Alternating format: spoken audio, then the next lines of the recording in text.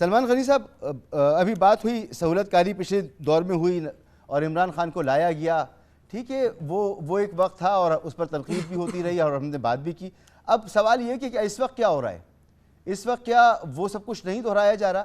اور اب ایک سوال تو یہ کہ اس پر آپ جو کہنا چاہیں، اور پھر بنیادی سوال یہ ہے کہ جو نئی حکومت آئے گی ان انتخابات کے بعد اور جس طرح کی صورتحال بنتی نظر آ رہی ہے، کیا الیکشن کے بعد سب کچھ ٹھیک ہو جائے گا، سیاسی استحکام آ جائے گا اور معیشت جس کے بارے میں اب ہمیں پتہ ہے کہ مزید ٹیکس لگنے ہیں، مزید مہنگائی بڑھنی ہے، گروتھ ہماری اگلے سال بھی 2.5 سے زیادہ نہیں ہے، اس سال 2% سے زیادہ نہیں ہے، تو نوکریاں نہیں ہوں گی، ٹائٹنگ ہوگی، ساری چیزیں ہوں گی اور سیاسی استحکام جو ہے وہ ان الیکشن کے بعد آ جائے گا؟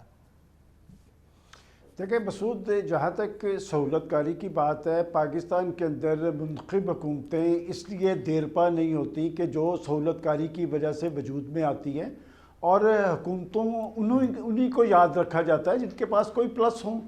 اگر آپ الزام تراشیوں یا گالی گلوچ کے ذریعے سیاست چلائیں گے یا حکومتیں چلائیں گے تو اس سے انتشار اور خلفشار میں اضافہ ہوگا. اور پاکستان کا بڑا سیاسی المیہ یہ ہے کہ پاکستان کی حکومتیں ڈیلیور کرنے کی بجائے ایک دوسرے کو دیوار سے لگانے میں سرگرم عمل رہتی ہے.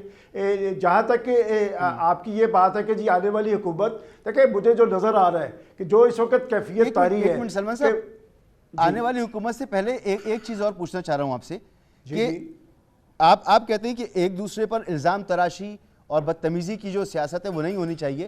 ابھی آپ متواتر جلسے سن رہے ہوں گے، جو بلاول صاحب خطاب کرتے ہیں وہ نواز شریف صاحب کو کہتے ہیں خون چوسنے والا شیر اور پتہ نہیں نہ جانے کیا کیا کچھ ایک عجیب زبان استعمال کرتے ہیں.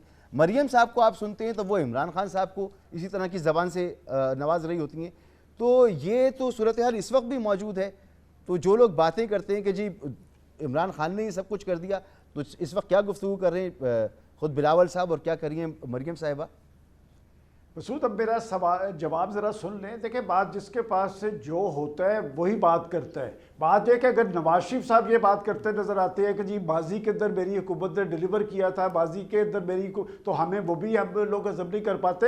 دیکھیں ہمیں اصل ایشو کی طرف آنا چاہیے کہ پاکستان کے ریئل ایشوز کیا ہے اور کیا پاکستان کی منتخب حکومتیں ان ایشوز کو ایڈریس کر پائیں گی.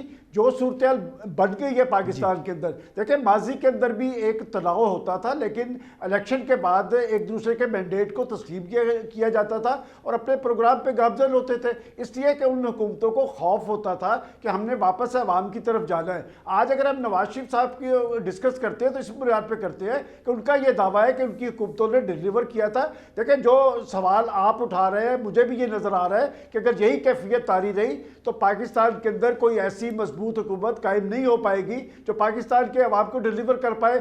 اور یہ سلسلہ مسعود اس وقت تک جاری رہے گا جب تک کہ پاکستان کے سیاستدان بیٹھ کر کوئی اپنی لائن اختیار نہیں کریں گے. اگر الزام تراشیوں کے ذریعے، گالی گلوچ کے ذریعے ایک دوسرے کو ٹارگٹ کرنے کا عمل جاری رہا تو پھر نہ پاکستان آگے کی طرف بڑھے گا، نہ معیشت کی بحالی ہوگی، نہ ترقی کا عمل تیز ہوگا اور نہ پاکستان کی جمہوریت کے ثمرات عام آدمی تک پہنچ پائیں گے. آپ نے بلاول بھٹو زرداری صاحب کی بات کر رہے ہیں.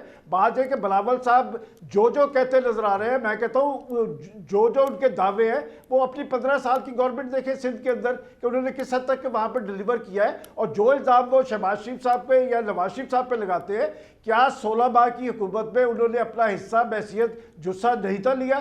12 معاملے خصوصی جو بنے تھے کس کے تھے؟ اور خارجہ محاذ پہ جو اربوں روپے کے اخراجات ہوئے، کیا پاکستان کی آئسولیشن کم ہوئی یا پاکستان خارجہ محاذ پر مضبوط ہوا؟ میں تو سمجھتا ہوں کہ سیاستدانوں کو اپنے طرز عمل تبدیل کرنا چاہیے. اور جو کیفیت آج پاکستان کے سیاسی میدان میں طاری ہوئی ہے، جب تک آپ اس مرض کی تشخیص کر کے آپس میں نہیں بیٹھیں گے، نہ پاکستان کے اندر سیاسی قیادت کا اعتماد عوام کے اندر بحال ہوگا، نہ سیاست مضبوط ہوگی اور نہ جمہوری عمل جو ہے وہ نتیجہ خیز بن پائے گا. ٹھیک. بھٹی صاحب سب سے پہلے تو مجھے یہ بتائیے آپ نے ایک جملہ کہا تھا کہ نواز شریف صاحب واپس تو آ گئے لیکن واپسی نہیں ہوئی ہے. تو آپ کیا دیکھ رہے ہیں؟ وزیر اعظم اگر نون لیگ کو موقع ملتا ہے وزیر اعظم منتخب کرنے کا، تو آپ سمجھ رہے ہیں کہ نواز شریف صاحب کینڈیڈیٹ نہیں ہوں گے؟ جو آپ کہہ رہے ہیں کہ واپس تو آ گئے لیکن واپسی نہیں ہوئی ہے.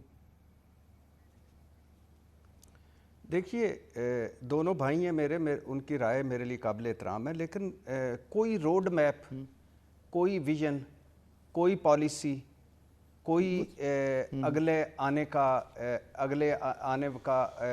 اب میں کیوں آیا ہوں اور میں کیسے مسائل کو حل کروں گا. آپ دو باتیں کری جا رہے ہیں کہ مجھے کیوں نکالا اور جب میں تھا تو ملک خوشحال تھا.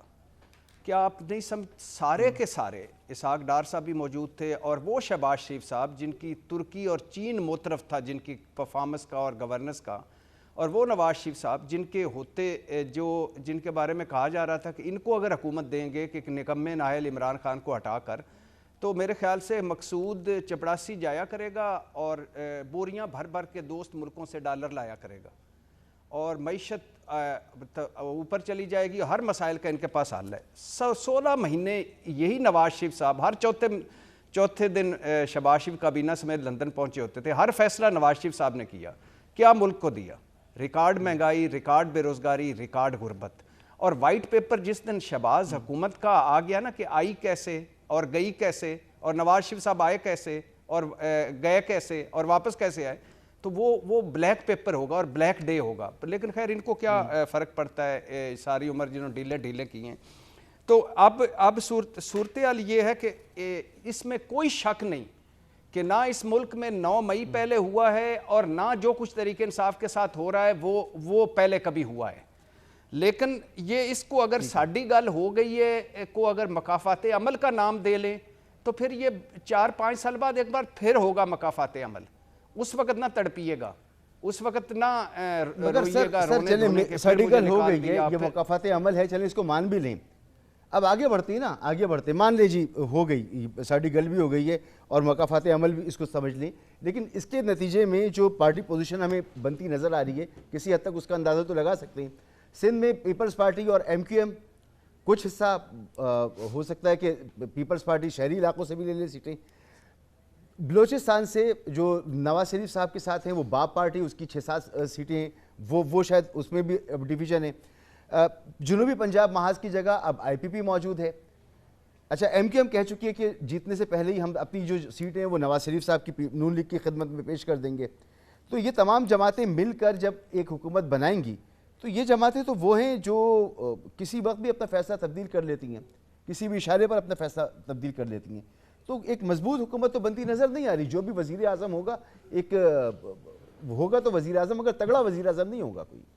ایک جو ملک کی ایک بڑی جماعت ہے اس کا بلہ واپس ہے. وہ اب الیکٹیبلز وہ آزاد جیتیں گے. اب جب الیکشن جیت کے الیکٹیبلز بھی ہوں گے, آزاد بھی ہوں گے, تو اب استحکام پاکستان پارٹی کا بھی جگاڑ لگ سکتا ہے. جہانگیر ترین صاحب دوبارہ جہاز چل سکتا ہے. زرداری صاحب اس معاملے میں بہت تجربہ کار ہیں. بلاول کا بھی چانس لگ سکتا ہے. تو اب ایک وہ منڈی لگے گی اور بلاول صاحب کہہ چکے ہیں کہ وہ رابطے شروع کر دیے انہوں نے, اور یہ بات سنی جا رہی ہے کہ ہلکے ٹو ہلکے بات ہو رہی ہے اور سارا آ گیا. تو اب وہ سب بندیاں پرانی ختم ہو گئی ہیں, اب وہ ختم ہو گیا. اب تو نئے الیکشن کے بعد نئے سرے سے سب بندیاں ہوں گی, نئے سرے سے سارا کچھ ہوگا.